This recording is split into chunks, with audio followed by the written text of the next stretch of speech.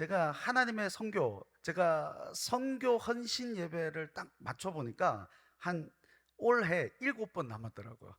매월 첫 주, 첫 주, 첫 주, 첫 주, 첫 주. 그래서 그냥 선교 헌신 예배 때마다 그냥 의미 없게 선교 헌신 예배를 보낼 것이 아니라 하나님의 선교라는 중요한 개념을 가지고 한번 커리큘럼을 짜봐야 되겠다라는 생각을 했습니다. 이렇게 짰습니다. 그 하나님의 선교라는 개념이 사실은 칼 할텐슈타인이라는 1952년에 유명한 선교학자로부터 나왔는데, 크리스토퍼 라이트라는 하나님의 선교라는 책이 나오면서 유명하게 전 세계를 강타했습니다. 그래서 20세기, 21세기 선교는 미시오 데이라고 하나님의 선교라는 개념이 딱 나타났습니다. 제가 이 책에서 그대로 갖고 온 건 아니고요. 이 책에 하나님의 선교라는 개념을 통해서 지금부터 12월까지 이렇게 쫙 커리큘럼을 만들어서 하나님의 선교, 보이지 않는 죄송합니다. 제가 저게 안 보여가지고 제가 좀 읽도록 하겠습니다. 제 시력이 조금 안 좋아서. 보이지 않는 땅을 향한 첫걸음의 비밀, 이게 첫 번째고요. 두 번째, 예수님이 보여주신 선교. 세 번째, 성령님과 함께하는 선교. 네 번째, 문화를 넘어선 선교. 다섯 번째, 전문인 선교의 시대. 여섯 번째, 함께하는 선교. 일곱 번째, 나의 선교. 이렇게 해가지고 총 7번에 나눠서 이걸 그냥 뭐 재미없는 선교가 아니라 나와 관련된 진짜 재미있는 선교 헌신 예배를 한번 만들어 봐야 되겠다라고 해서 매월 첫 주 이렇게 1편, 2편, 3편, 4편, 5편, 6편, 7편 이렇게 나갈 거니까 여러분 기대하시고 선교 헌신 예배도 참여해 주시기를 주님의 이름으로 축복드립니다. 자, 구체적인 제목은 그때 제가 영감 받으면 조금 바뀔 수 있지만 저 본문과 개념은 그대로 갖고 갈 생각입니다. 자, 한번 이제 내려 주시고, 자, 선교라고 했을 때 우리가 먼저 생각해야 될 것이 있습니다. 뭐냐면 선교와 나와 무슨 상관이 있냐? 선교에 가슴이 뜨거워지는 분이 여기 분명히 있을 겁니다. 감사합니다. 근데 분명히 또 선교 시제배네 이런 분도 있을 것입니다. 아멘 하지 마시기 바랍니다. 그런 분들이 있을 거예요. 그게 왜 그러냐? 선교랑 나랑 무슨 상관이 있지? 빅터 프랭클이라는 분이 있습니다. 이분이 오스트리아의 정신분석학 그리고 정신과 의사입니다. 이분이 나치 수용소에 들어갔던 사람입니다. 그리고 이분이 나치 수용소에서 살아나온 사람과 그렇지 못한 사람을 면밀하게 관찰해서 나중에 죽음의 수용소라는 Man Search for Meaning이라는 책을 썼습니다. 한국어로 번역이 되어 있습니다. 두껍한데 진짜 괜찮은 책입니다. 여러분 다 한번 읽어보시기 바라고, 여기서 뭐라고 말하면 인간이 살아갈 수 있는 유일한 힘은 의미를 발견할 때다. 수용소에서도 의미를 발견한 사람들은 다 살아남았는데 거기서 의미를 발견하지 못했던 사람들은 다 죽었다라는 거예요. 저는 선교도 똑같다라고 생각합니다. 그 유명한 말을 문대원 목사님이 한번 했습니다. 선교사에게 해서는 안 되는 금기어가 있다고 합니다. 그게 뭐냐? 라면 빌려줄래? 이거는 선교사 세계에서 7대 죄악이라고. 어떻게 라면을 이게 말이 안 되는. 선교사님들 왔을 때 선교사님이 목숨을 걸고 내 모든 걸 바쳐서 대접하는 게 뭐냐? 라면이라고 하면. 왜냐? 라면이 너무 귀하고 한인 마트가 있는 곳도 있지만 그럼에도 불구하고 비싸요. 그리고 부룬디 막 이런 데는 한인 마트가 없습니다. 그러면 유일하게 1년에 한 차례 혹은 몇 년에 한 차례 오는 그 단기 선교팀들이 갖고 오는 라면, 그거를 1년 내내 막 너무 힘들어가지고 고향이 그리울 때 하나 딱 먹는, 이게 라면인데 어떻게 라면 빌려줄래라는 말을 그렇게 함부로 할 수 있냐는 거죠. 그러면 거기서 찍힌다는 거예요. 모르는 사람들은 그렇게 할 수 있다라는 거예요. 근데 그게 라면의 의미를 모르기 때문에 그래요. 제가 옛날에 저희 아버지가 목사님이시니까, 목사님이시고 또 어렸을 때부터 잘 못 먹었지 않습니까? 제가 아버지보다 키가 작습니다. 보통 자기 아버지보다는 크지 않습니까? 저희 아버지, 저희 아들이 초등학교 6학년 때 저를 넘어섰습니다. 그리고 지금 이렇게 봐요. 저는 가문의 영광으로 자랑스럽게 생각하고 있습니다. 근데 제가 왜 그러냐? 진짜 중학교 때 못 먹었습니다. 그리고 이제 고등학교 딱 올라가가지고 제가 기억을 딱 더듬어 보니까 특정 기간에 죽을 그렇게 먹었습니다. 죽. 왜 죽을 먹었을까? 죽을, 다양한 죽이 있습니다. 죽이 뭐 일반 죽이 있는 게 아니라 허연죽, 멀건죽, 김치죽, 무슨 죽 해가지고 온갖 죽이 있어요. 지금도 아직까지도 이해가 안 가는 것이 죽집에서 죽 사 먹는 사람들 아직도 이해가 안 갑니다. 죽은 죽일 뿐인데 전복죽, 전복이 왜 죽에다가 들어가가지고, 여러분 저는 이해가 안 갔습니다. 그래가지고 아무리 아파도 아내가, 제가 뭐 속이 안 좋을 때 아내가 죽 먹을래요? 아니, 나는 죽을 먹을지언정 다른 걸 먹겠다. 아무리 속이 아파도 죽은 먹지 않습니다. 그 정도로 내가 차라리 굶을지언정 죽은 먹지 않습니다. 근데 생각해 보니까 너무 어려웠던 그 기억이 있습니다. 그리고 그 특정 기간에 저희 어머니께서, 그 아버지께서 목회를 하셨는데 밖에서 바느질을 했던 기억이 있습니다. 몇 년을 바느질, 골목에서. 그러면 저는 그 밖에 나가기가 싫은 겁니다. 왜냐하면 어머니께서 하는 게 그 당시에는 부끄러웠고 지금은 자랑스럽지만, 왜 그랬을까? 그래서 내가 죽을 먹었다. 아니, 집에 먹을 돈이 없어가지고 죽을 먹었다라고 하면 왜 피자 먹지?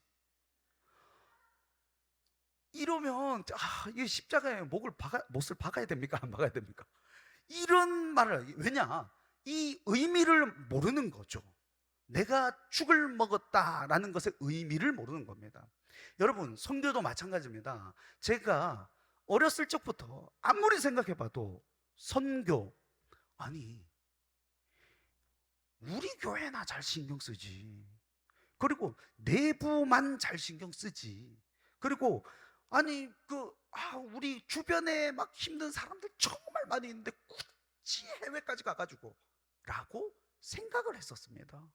이게 뭐냐? 선교가 내 삶의 의미로 안 다가오면 어떤 일이 발생하느냐? 거기서 오는 복이 있는데, 거기서 오는 하나님께서 주시고자 하는 큰 복이 있는데 그게 나의 복은 안 된다라는 거. 거기서 오는 복이 내 후손의 복은 안 된다라는 거. 저는 이미 목회자로 헌신했기 때문에 선교사로 가진 않겠죠. 그러나 선교적 교회, 그리고 선교적 삶을 살게끔 성도들을 이끌고 선교적 삶을 살게끔 우리의 자녀들을 이끌면 적어도 이 복은 임할 수 있겠다. 그런데 그러면 먼저 알아야 돼요. 먼저 내가 눈으로 알아야 되고 그 의미를 깨닫고 그 복을 알아야 되는데, 이거를 저는 우리 교회가 경험하기를 주님의 이름으로 축복합니다. 저는 경험했거든요. 저는 대구 동신교회에서 가는 선교사는 아니었습니다. 대구 동신교회에서는 철저하게 보내는 선교사였습니다. 왜냐? 저는 목회자니까. 우리 청년들이 선교하게끔 만들어야 되고, 장기 1개월이 아니라 6개월, 1년 동안 그 중간 단계 역할로 선교사로 지원하게끔 만들어야 되는 역할이었고, 그리고 평생을 선교사로 헌신하게끔 해야 하는 입장이었습니다. 그리고 선교 한국을 통해서 선교사로 제가 선교 한국 갔습니다. 선교 한국 가가 청년들과 데리고 갔는데, 와, 제가 선교사로 헌신할 뻔했습니다. 저는 목사인데, 목사로 여기에서 사명이 있기 때문에 이렇게 했습니다. 근데 많은 친구들이 평생을 선교사로 헌신했습니다. 저는 이게 필요하다고 봅니다. 심지어 저는 이전교회에서 많은 친구들이 목회자로 헌신했습니다. 저는 유능한 사람만 목회자가 되어야 된다라고 생각을 했었습니다. 이 땅에 목회자가 너무 많다. 굳이 목회자가 나와야 되나? 근데 지금 달라졌습니다. 우리 아버지를 보면서 작은 교회에서 목회하지만 평생을 목회했던 이 아버지의 인생을 봤을 때 어느 누가 비난할 수 있나? 지금 저희 아버지 지금 6명 목회하고 있습니다. 시골에서 6명 목회하고 있는데 그 6명을 먹고 올 10월에 은퇴하는 순간까지 이제 딱 목회하는데 어느 누가 비난할 수 있어요? 저는 아버지를 존경합니다. 진짜 존경합니다. 그리고 기능이 좀 떨어지는 목사님들도 있을 수 있습니다. 근데 놀라운 사실은 제가 대구 동신교회에서 목회를 조금 부족하게 해 보이는 목사님의 자녀들이 너무 잘 자라는 걸 제가 본 겁니다. 하나님께 헌신하는 사람은 하나님께서 어떻게든 붙드는구나. 여러분 믿으시기 바랍니다. 잘하는 목회자만 필요한 것이 아니라 열악하고 부족하지만 하나님 앞에 헌신해서 작은 데서 혹은 조그맣게 혹은 부족하지만 욕을 먹으면서라도 목회하는 그런 목회자들도 필요한 줄로 믿습니다. 왜? 하나님은 후손 대대로 하나님의 역사를 이루실 줄로 믿습니다. 이 땅에 왔던 선교사님들이 유능했는 줄 아십니까? 이 땅에 와서 목숨을 다하고 죽었던 그 선교사님들이, 이 땅에 복음의 씨앗을 뿌렸던 선교사님들이 행정적 능력이 탁월했는 줄 아십니까? 뭐 선교를 기가 막히게 했는 줄 아십니까? 아닙니다. 어떤 선교사님은 할머니 몇 명 놓고 그냥 막 가다가 그냥 가셨습니다. 근데 그 할머님의 자녀가 누구였느냐? 어떻게 할머님 놓고 1대1로 그 제자 훈련을 하고, 방해법 선교사님이신데 그 제자와 그 자녀가 목회자가 되고 그 자녀가 권성수 목사님 가정 5형제가 다 목사가 됐습니다. 여러분 누가 비난할 수 있겠습니까? 여러분들이 여러분들의 각자의 영역에서 주일학교 섬기고 뭐 섬기고 뭐 여러분 섬김에 있어서 재능이 필요가 없습니다. 섬김에 있어서 부족하고 부딪히고 할 수 있습니다. 하나님 그것도 귀하게 여기시는 줄로 믿습니다. 주일학교에서 애들 말도 안 듣는 거 하면서 나는 재능이 아닌가 봐 이러면서 끝까지 섬겼는데 하나님께서 얼마나 귀하게 여기시는지 아셔야 됩니다. 자, 그럼 하나님께서 왜 이렇게 하시느냐? 자, 첫 번째, 하나님의 선교의 시작, 하나님의 시작, 선교의 심장이 뛰게끔 만드는 거, 이게 어떻게 시작되는가 여러분 아셔야 됩니다. 첫 번째가 어둠 속에서 들려오는 하나님의 음성. 모든 선교 혹은 모든 사역 혹은 모든 봉사 헌신은 어디서 시작되느냐? 아무것도 없는 데서 하나님으로부터 온 것에서, 불모지에서 아무것도 못하는데 하나님으로부터 오는 것입니다. 하다 보니 내가 지금 뭐하고 있지? 지금 아브라함이 가나안 땅으로 가면서 하나님께서 주신 땅, 가나안인지도 모르죠. 약속의 땅으로 가면서 내가 지금 뭐하고 있지? 내가 지금 올바로 가고 있나? 별의별 생각 다 들었을 겁니다. 근데 그 첫 출발은 하나님의 음성이었습니다. 우리 창세기 11장 31절 한번 읽어보도록 하겠습니다. 시작. 그의 아버지 데라가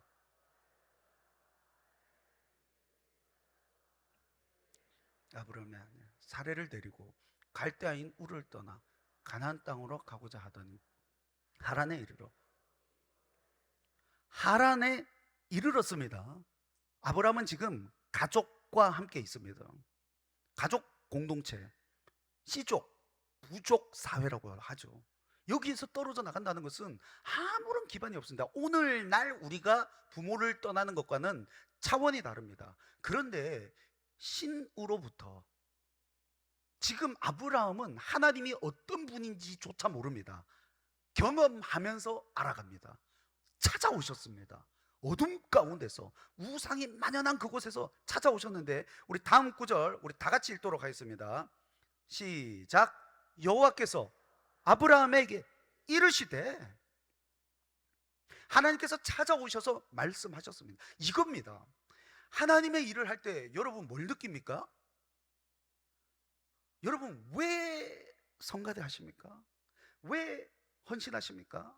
왜 주일학교 봉사하십니까? 왜 세션 찬양팀 하고 계십니까? 첫 출발 뭡니까? 하나님의 음성이었는 줄로 믿습니다. 부르심이 있어요. 근데 그 부르심에는 항상 익숙한 것으로부터 결별이 일어납니다. 내가 원래 하던 것부터 결별이 일어납니다. 다음 거요. 익숙함과부터 결별. 예. 다음. 예. 그렇죠. 훌륭합니다. 익숙함과부터 결별. 이게 무섭습니다.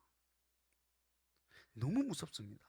여러분은 원래 하던 거 하는 것이 제일 좋습니다. 봉사도 처음에는 너무 두렵습니다.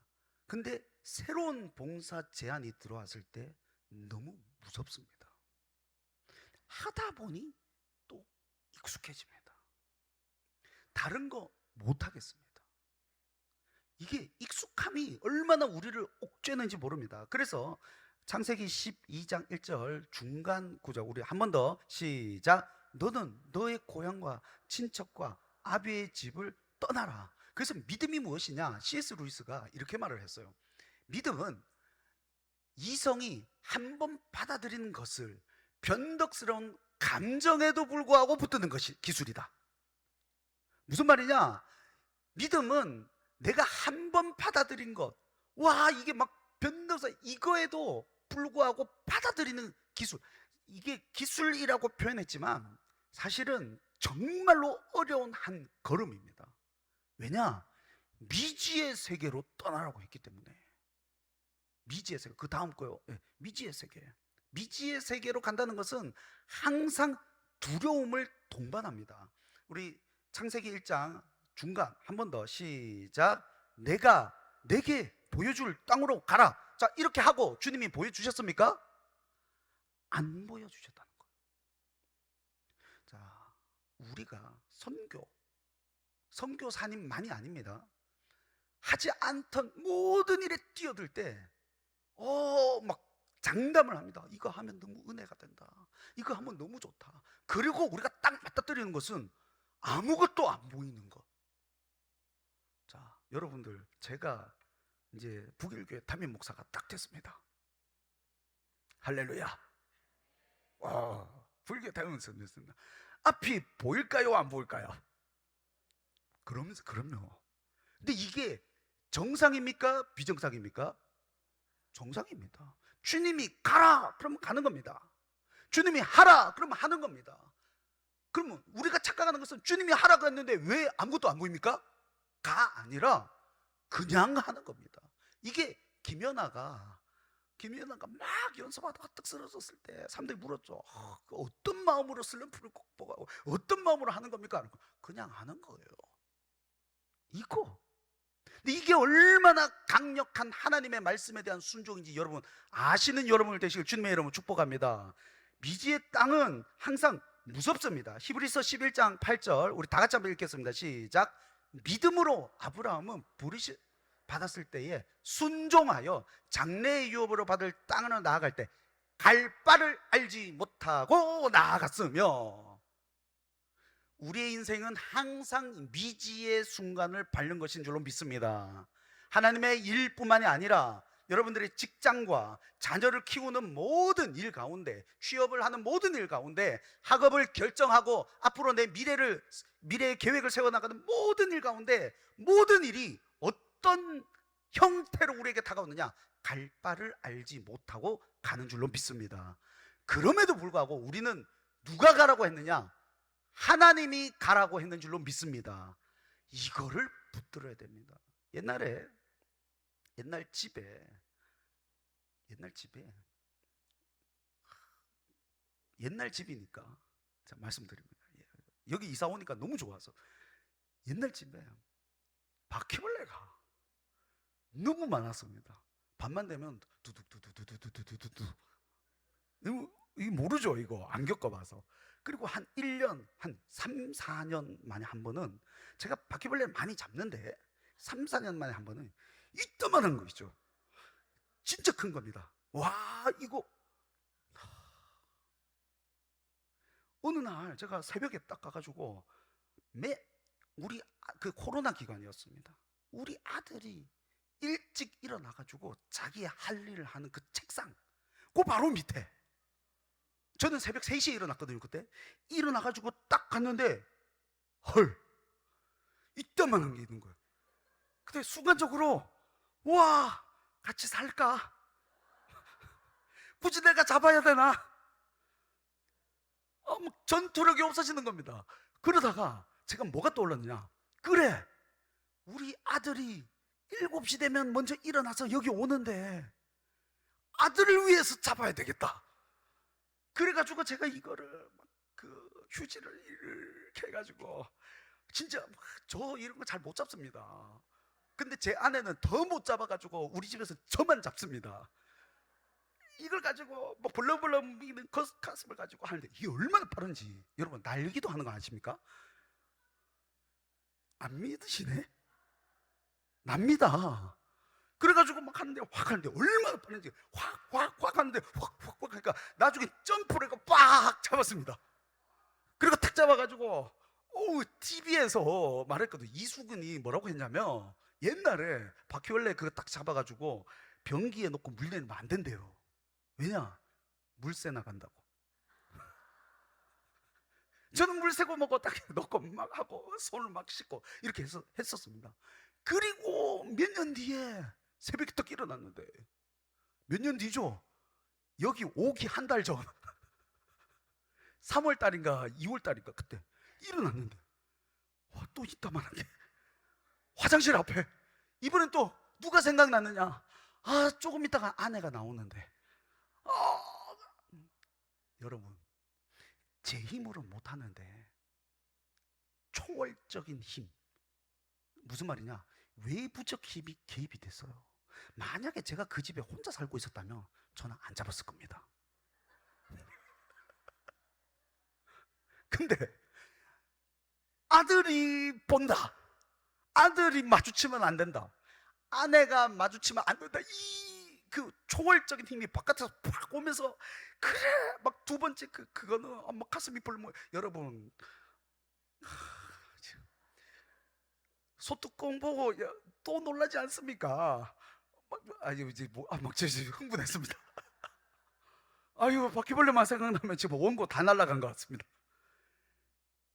이겁니다. 여러분, 우리가 갈 바를 알고 가지 못하지만 우리가 갈 수 있는 힘은 초월적인 하나님의 개입이 있는 줄로 믿습니다. 이게 없으면 우리는 갈 수 없습니다. 선교도 마찬가지고 하나님을 향한 모든 봉사와 헌신도 하나님께서 주시는 힘이 없으면 절대로 갈 수가 없습니다. 하나님으로부터 받는 힘을 가지고 나아가는 여러분 되시 주님의 이름으로 축복합니다. 그 다음에 또 두 번째가 뭐냐, 축복의 역설이 있습니다.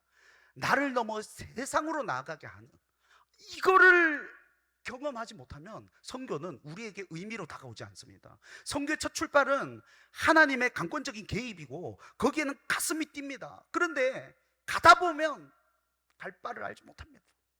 그럼에도 불구하고 우리가 뭘 알아야 되냐, 축복의 역설.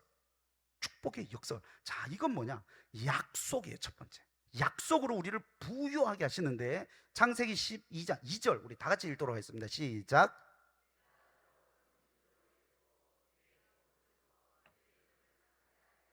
이거는 아브라함을 향한 하나님의 약속입니다. 하나님께서 지속적으로 중간중간에 나타나셔서 이 약속을 주십니다.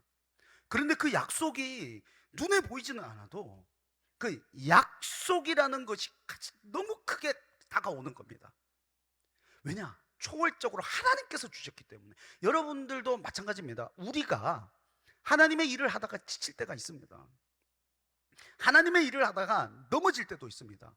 자, 중요한 거, 하나님의 일을 하다가 넘어져 본 거는 축복입니다.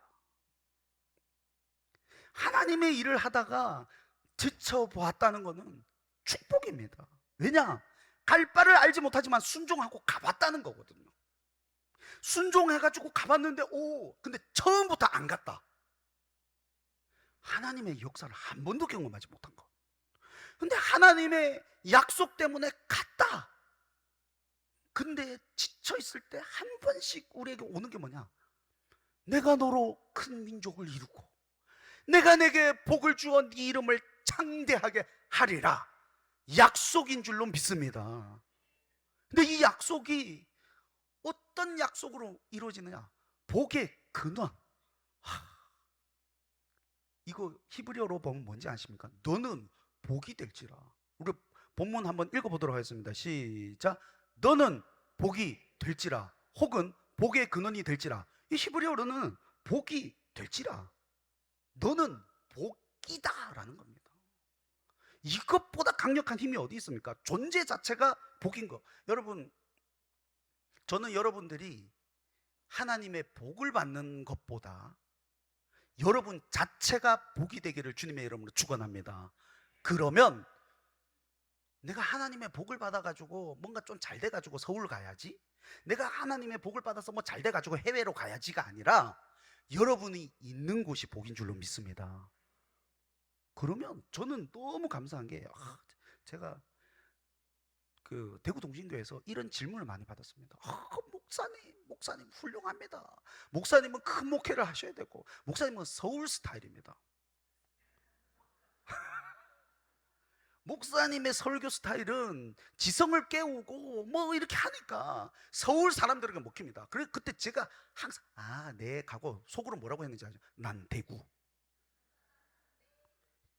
제가 청년들이 이런 마음이 있습니다. 나 서울 가야지. 이 마음이 다 있어요. 근데 제가 그때마다 청년들한테 했던 말, 네가 있는 곳이 복이다.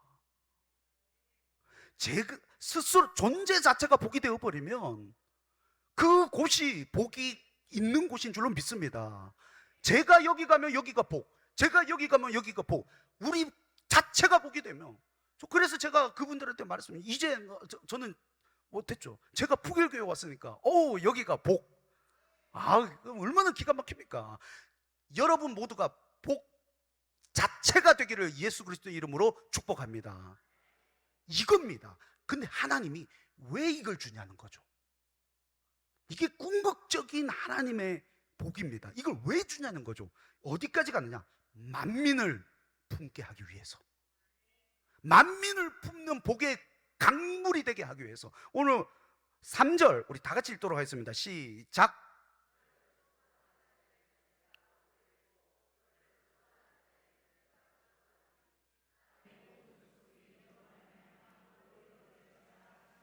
아멘.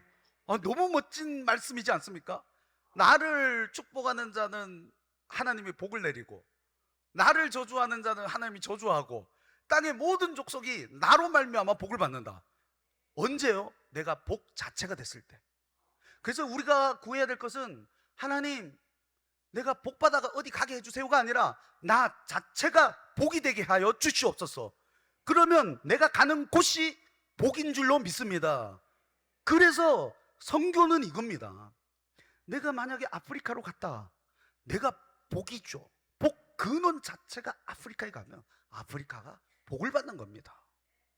내가 가서 어떻게 하는 것이 아니라 복의 근원인 우리가 가는 곳이 복인 줄로 믿습니다. 그래서 여러분의 가정이 복이 되고, 여러분들이 직장 이익하면 거기가 복이고, 여러분이 저 직장으로 가면 거기가 복인 겁니다. 그래서 여기에서 여러분들이 하면, 여러분들을 축복하는 자 하나님이 축복하시고, 여러분들을 저주하는 자 하나님이 저주를 내리시고, 여러분들로 말미암아 만민이 복을 받는 거, 얼마나 멋진 인생입니까? 이게 바로 선교입니다. 이게 하나님의 선교입니다. 이 개념 너무 멋지지 않습니까? 그래서 우리의 궁극적인 목적은 바깥으로 가야 돼. 근데 궁극적 목적 가기 전에 내가 먼저 복이 돼야 되는 겁니다. 내가 복이 안 됐는데 간다, 혹은 내가 저주인데 간다, 그것이 저주입니다. 저는 여러분들이 복의 근원, 아니 복이 되기를 예수 그리스도 이름으로 축복합니다. 갈라디아서 3장 8절 다 같이 읽겠습니다. 시작. 또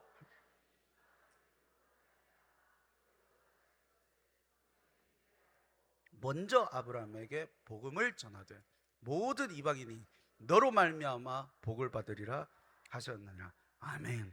모든 사람들이 여러분들을 통해서 복을 받기를 예수 그리스도의 이름으로 축복합니다. 자, 그러면 우리는 믿음의 여정은 뭐냐면 부르심에 응답하는 삶입니다. 하나님께서 우리를 복으로 부르셨어요. 그걸 아셔야 됩니다. 복으로 부르셨으면 거기에 우리가 응답해야 되는데, 첫 번째는 말씀 따라 첫걸음을 떼는 겁니다. 아브라함이 갈 바를 알지 못했지만 갔던 거. 그래서 우리 12장 4절 우리 한 번 더 읽겠습니다. 시작. 이에 아브라함이 여호와의 말씀을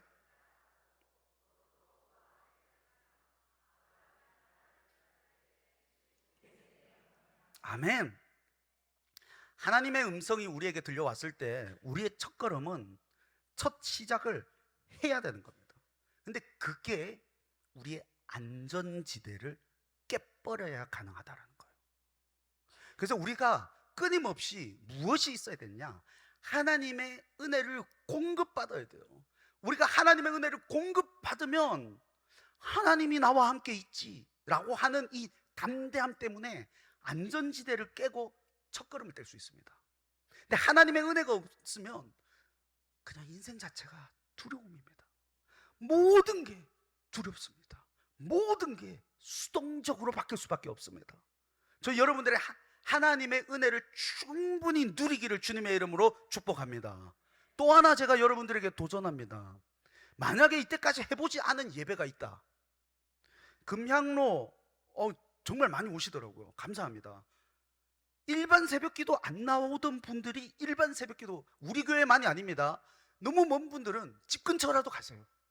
일반 새벽기도를 정말 별것 아닌 삶의 루틴 가운데 새벽 예배를 한번 드려보는 거, 수요 예배를 한 번도 나와보지 않은 사람이 수요 예배를 나와보는 거. 여기는 이제 오후 예배 다 나오셨으니까 너무 감사한데, 여러분들에게 할 말은 아니지만 주일 대예배를 나오시는 분들은 오후 예배를 한번 나와보는, 이게 첫걸음입니다. 안 하던 것을 하는 것은 어렵습니다. 근데 안 하던 것을 하는 사람은 하나님의 은혜와 하나님의 능력을 받은 사람만 가능한 줄로 믿습니다. 저 여러분들이 첫걸음을 떼시기를 예수 그리스도의 이름으로 축복합니다. 또 하나, 약속이 우리의 약속이 됨을 믿어야 됩니다. 아브라함의 후예가 누구냐? 우리입니다.